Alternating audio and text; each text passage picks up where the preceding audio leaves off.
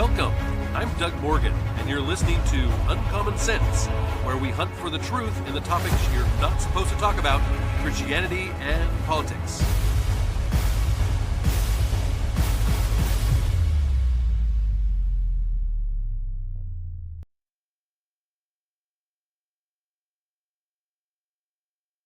It's interesting what the Bible has to say about pride. Pride is not a good thing in the Bible. Pride is more selfishness. Pride is self-serving.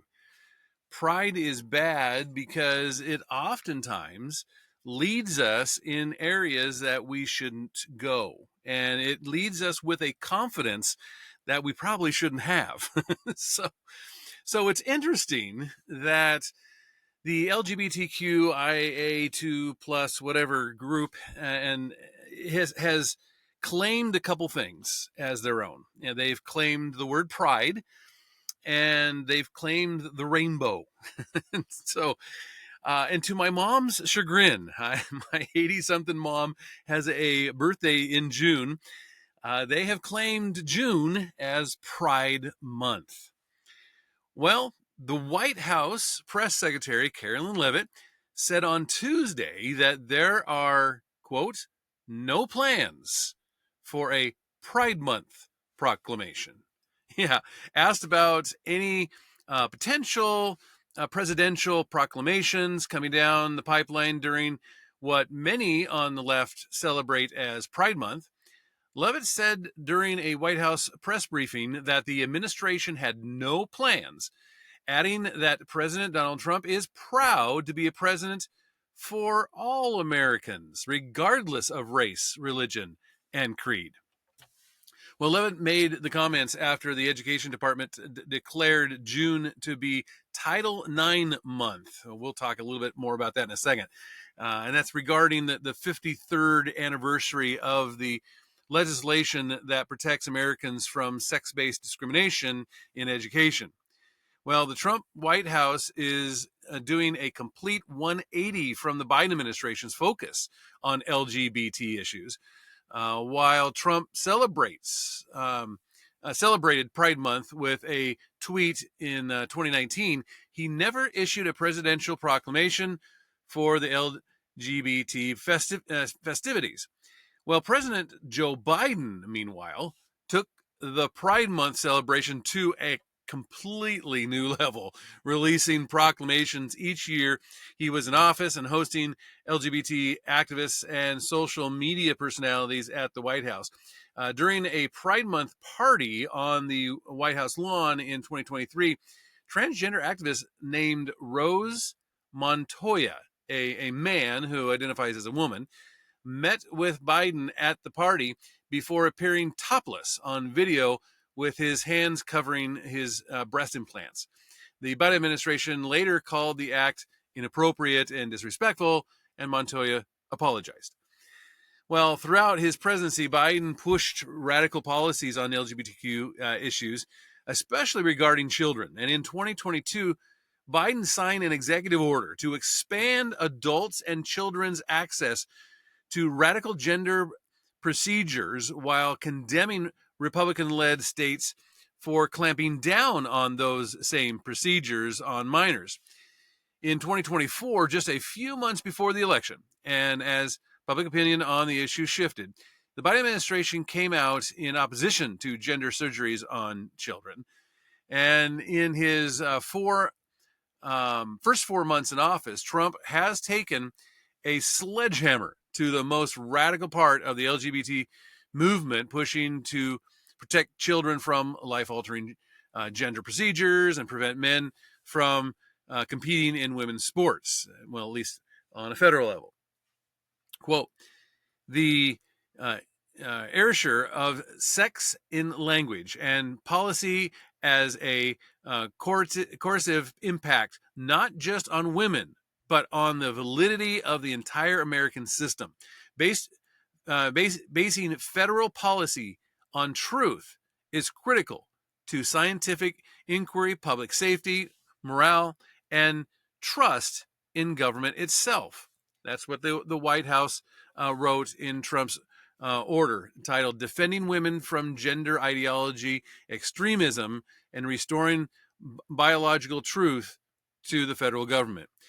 Well, I thought this when I told you that we would cover the Title IX thing, and the Daily Wire also in a series of articles came up with this as well. It said President Donald Trump's Education Department has declared June Title IX month in recognition of the 53rd anniversary of the historic legislation passage.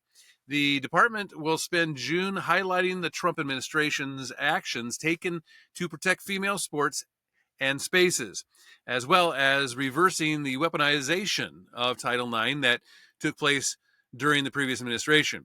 The festivities after a stark contrast, they offer a stark contrast to the Biden Education Department's Pride Month celebrations, which focused on gender ideology, critical race theory, and DEI in a big way, I might add. The Educational Department's Office for Civil Rights is launching probes into high-profile cases that developed under the previous administration, one in Colorado and the other in Wyoming. In the first case, the Education Department will investigate the University of Wyoming for allowing a male into a Kappa Kappa Gamma sorority chapter and letting him live in female-only campus housing, prompting members of the sorority to sue the school, of course. The lawsuit describes how the male student would allegedly watch with a visible erection as female students changed or walked through the sorority house in their towels. And in the second case, Colorado's Jefferson County Public Schools is under investigation for assigning students to share overnight accommodations, quote, with other students that share a student's gender identity, unquote. Well, the Daily Signal previously reported that the school system assigned a young girl to share a bed with a trans-identifying boy on an overnight school trip. And she likely would have been pressured into sharing his bed had her mother not been present on that trip. In a press release, the Education Department notes that Jefferson County Public Schools allegedly misleads parents by informing them that girls and boys will be separated for overnight accommodations, without divulging, of course, that its definition of girl includes boys who claim a female identity. Well, Education Secretary Linda McMahon and Trump have been very open about their plan to hand over control of students' education to both states and parents, and ultimately eliminate the Department of Education. And since Trump returned to office, the Education Department has opened investigations into California and Maine for alleged violations of the Family Education Rights and Privacy Act, which orders states to comply with parental rights laws, boosting school choice programs, and more even. But I thought that Matt Walsh, he did a great job in his opinion piece, where he talks about the fact that Pride Month support is really on the outs. It's kind of going downhill. He says, as we predicted a while back, the most irrelevant and low energy Pride Month in the history of Pride Months is officially underway as of June 1st. The LGBT movement is currently coming to terms with the reality that after years of browbeating everybody into tolerating and then applauding and then participating in disorder and dysfunction, people are simply too disgusted and annoyed to put up with it anymore. The signs are all over the place. The city of Boise, far left stronghold in a otherwise very conservative state, just canceled its Pride Month kickoff due to insufficient attendance, as they put it. This is the same city that proudly named the so-called Pride flag as an official government flag just a few weeks ago, when the mayor claimed that the city is solidly behind the gay agenda. Well, turns out he might have overstated the case a bit there. And meanwhile, major corporation sponsors like Meta Anheuser-Busch and Comcast have fled San Francisco's Pride Parade. And reportedly, 1/4 of corporate donors to New York City's Pride events, including virtually all of the biggest donors, have either eliminated or greatly reduced their contributions this year. Something called Heritage of Pride, which organizes Pride events in New York, says they're losing hundreds of thousands of dollars this year. The future of the organization is now in jeopardy. And it's the same situation in Canada, if you can believe it. Google and Home Depot, along with Nissan, Adidas, and Clorox, have pulled out of the Toronto Pride Parade, leaving organizers to speculate about whether the event will even be able to take place in the future. Those no's in fact, and the listen to doors this. Closed in your face because of the current climate. As Pride season in the U.S. enters its peak this summer, with World Pride slated to take place in our nation's capital June 7th, LGBTQ organizations across the country are reporting substantial cuts in funding, stemming from corporations pulling their support away from sponsoring Pride events. Organizers say it's a direct result from many corporations ending diversity, equity, and inclusion programs in alignment with Trump administration policies. From last year to this year, it's like a total 180. Jameer Batiste is with Stonewall Pride Wilton Manors, which will celebrate its 25th year, June 14th. Batiste says the event has seen about a 20% decline in corporate support. We can't go back into the closet. Bruce Horwich with Miami Beach Pride, which just took place back in April, says it too saw a significant cut in funding from corporations and international visitors. Progress is made slowly. It's unfortunately right now, it's not 2 steps back or 3 steps back. It's probably about 10 steps back. It's why organizers are calling on the community and its allies. Show up. Don't be deterred.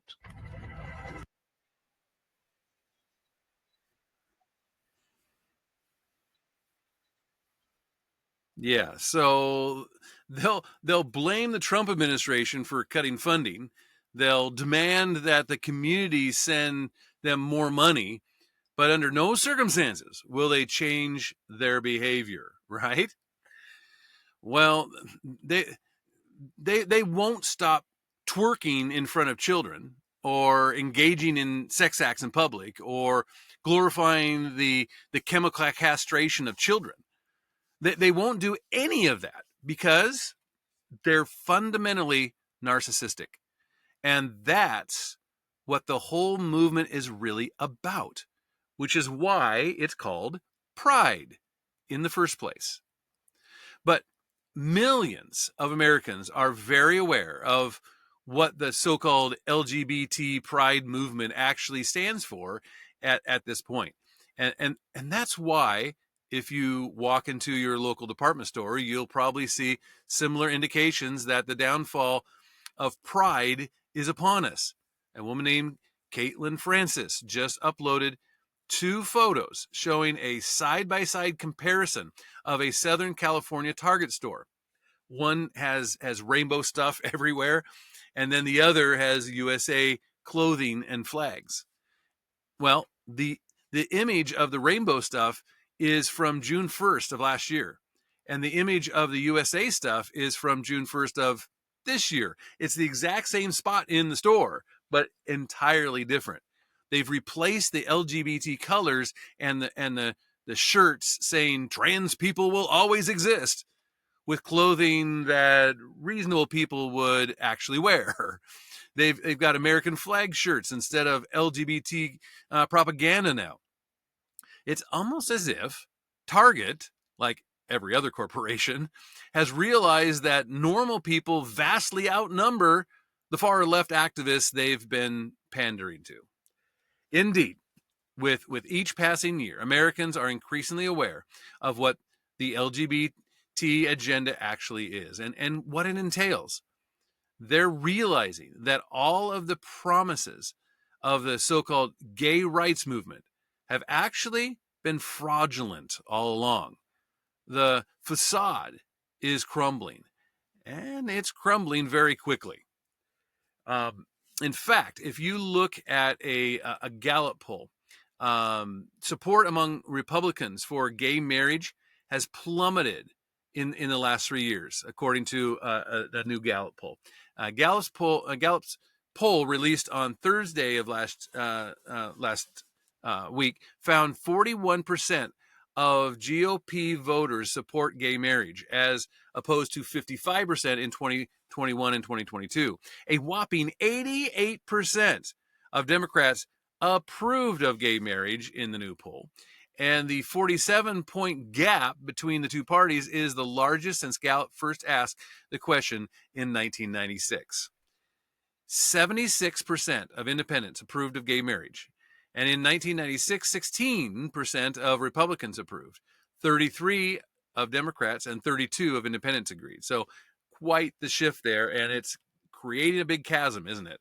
86% of Democrats said gay or lesbian relations are morally acceptable. I don't know where you're going to get that from. It's certainly not the Bible.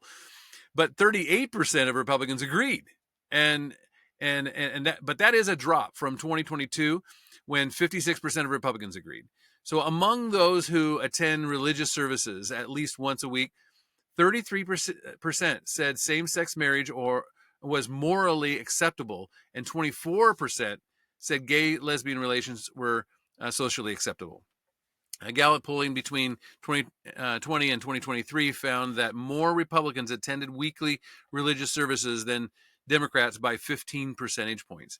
And when writing a concurring opinion in Dobbs versus Jackson Women's Health Organization, the case that overturned Roe versus Wade, Supreme Court Justice Clarence Thomas made a legal case for overturning Griswold versus Connecticut, Lawrence versus Texas, and Oberfeld versus Hodges, the last of which guaranteed the right to gay marriage. And Thomas explained that the three cases relied on substantive due process, which he called an oxymoron that lacks any basis in the Constitution. Courts have used substantive due process to protect unenumerated rights not mentioned in the Constitution. So basically, they take the Constitution, they don't see anything in there that supports what they want, and so they just say, well, it's unenumerated rights. It's not spelled out in the Constitution, but if you take everything here and there, and we can try to come up with something.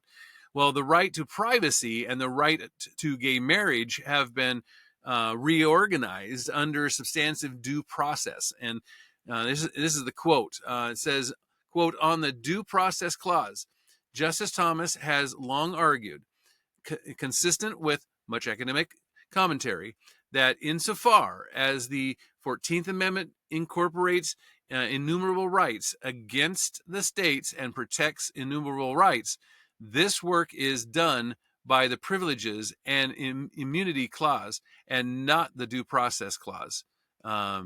And it says, in fact, in future cases, we should consider all of this court's substantive due process precedents, including Griswold, Lawrence, and Oberfeld, is what Thomas wrote. And he also said, because any substantive due process decision is demonstrably erroneous, and we have a duty to correct the error established in those precedences. After overruling these demonstrably erroneous decisions, the question would remain whether other constitutional provisions guarantee the myriad rights that our substantive due process cases have generated. So, I mean, obviously he wants to try to do away with this kind of stuff. And that's good. I mean, you know, obviously he's my favorite Supreme Court justice, but anyway, I would love to see him as Chief Justice, but that's another podcast, right? So, you know, here's another article that I thought really summed up some of what we're seeing here. And this comes from Sean Fitzpatrick, and he writes for Crisis Magazine, and he serves on the faculty of Gregory the Great Academy. It's a Catholic boarding school for boys in Pennsylvania. And he says that June is upon us, And the rainbows are out full force, but could it be with a diminishing force? Unilaterally appropriated as Pride Month, the beginning of summer comes with the unfurling of the rainbow flag in neighborhood stores and internet ads, because anything less at this point would be branded as homophobic censorship. Yeah, true enough, right? Get in line, fly the flag, cry love is love, or get torn down. But what happens when the untainted and unafraid refuse to fly the flag or bend the knee? When push comes to shove, the rainbow flag is meaningless and proclaims a fidelity as fleeting as the rainbow that vanishes as quickly as it appears. How cruel it is to compare that thing of beauty to such ugliness, but the time may be coming when people will be brave enough to see it and say it and stop the moronic LGBTQIA2 plus whatever lip service. They say that woke allegiances is a mile wide and an inch deep, meaning that though it's pervasive, it's not as firm as it seems. This latter point is probably in some ways true and not true. It is not true in the sense that the origins of what we call woke have roots that run very deep. As the liberal lifestyle and ideologies have a long-standing history of divorcing themselves from natural law and traditional values. But it is true in the sense that society is a fickle thing that is moved by fear and popularity and power and will march to the beat de jour if only for the sake of obtaining financial security and political sway. For this reason alone, the rainbow flag shouldn't be flown. It is ridiculous in the haphazard, frantic fashion that we see, because no one really means what they say by it. They just don't. And the demonstrations of Pride Month are beneath the dignity of those who wave it, and even those for whom it is waved. No one will die on the hill of gay pride or gay rights. It is too individualistic a cause to motivate martyrdom. The rainbow flag is no more than a gesture of safety and self-righteousness and self-indulgence, self-service, and allegiance to the powers that wish to promote the false idea of freedom as being limitless choice, unrestricted by external norms of authorities. No one has that much loyalty to a movement that is against the normal course of nature and reason. No one has that much dedication in a relativist, unconformist culture. The rainbow flag is a lie, plain and simple. And it shouldn't be tolerated either on the conservative Christian side or the liberal secular side. It is pandering. It is patronizing. It is grooming. It is a false front for a trendy and treacherous movement. And it is not about love at all, unless it is love of self. For loving acceptance lies not in a loving acceptance of lies. And marginal though it may seem, and may be, there are stirrings of resistance to the agenda behind the rainbow. The mega retailer Target has featured LGBTQ plus theme merchandise in June, including this year's tuck-friendly women's bathing suits for men, in adult children's sizes, by the way. But this year, thanks to a loud backlash and boycotting from conservative groups and customers, Target swept those products from their shelves. Though the corporation describes their capitulation to the safety of its employees from rabid right-wing extremists, the bottom line is that the dollar is still almighty. How about the Bud Light and Nike fiascos in featuring the transgender activist Dylan Mulvaney, our other high profile big business instances of proclaimed support for madness and then backing right away when confronted with the same people who are determined to debase their brand and damage their profile margins. Presidential candidates and Florida Governor Ron DeSantis has also shown that Floridians are ready to take a stand against the sexual psychos of the day with the "Don't Say Gay" bill. Wasn't entitled that, but everybody knows it as that. And of course, his staunch political war against the indoctrinations of Disney. Meanwhile, the Los Angeles Dodgers have been flip-flopping with the drag queen invasions due to the loud objection by ordinary, honest Americans. And despite the rainbows that plaster our neighborhoods, there are still plenty who object and who are growing more and more ready to do so with both words and wallets. This awakening to the woke has been some time in coming. The liberal left has been legitimizing a wide range of disorders and subcultures where eventually the contradictions created by the criteria will head to absurdity. This is the logical conclusion when logic is abandoned. And there is only so much absurdity that the common man with his common sense will tolerate. The experiment in liberty has degraded into liberalism, and people are starting to notice. Even people on the left.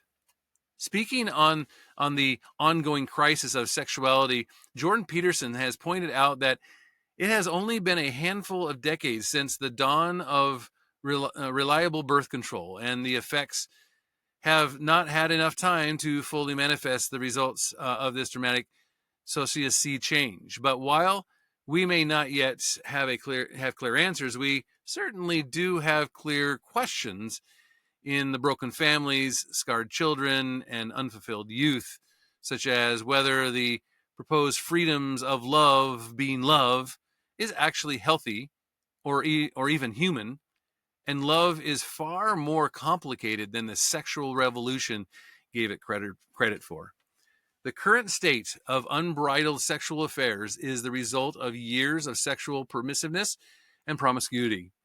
And it has infiltrated a whole generation with profound confusion. People who have lost the guiding principles of the traditional rules of marriage and monogamy and procreation. These days, everything, it seems, on the table when it comes to sex. But when someone gets offended, as they invariably will, the offender gets, mistletoe or hate speech into oblivion, and people suddenly grope for hard rules about consent and diversity, which is ironic since the watchword a movement but before was "you do you." Well, sex, gender, and sexuality are all sacred and solid things, and the radical left is running up against solid objects and obstacles in their area agendas.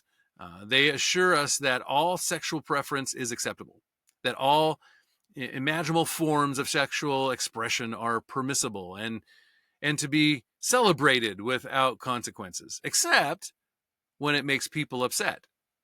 Well, people are getting upset, and as a consequence, their card castle is faltering.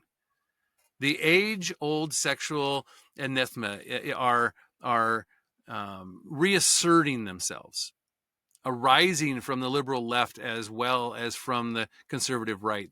The more society extracts sex not only from emotional intimacy and long-term relationship, but also from a procreative purpose, the less firm it is.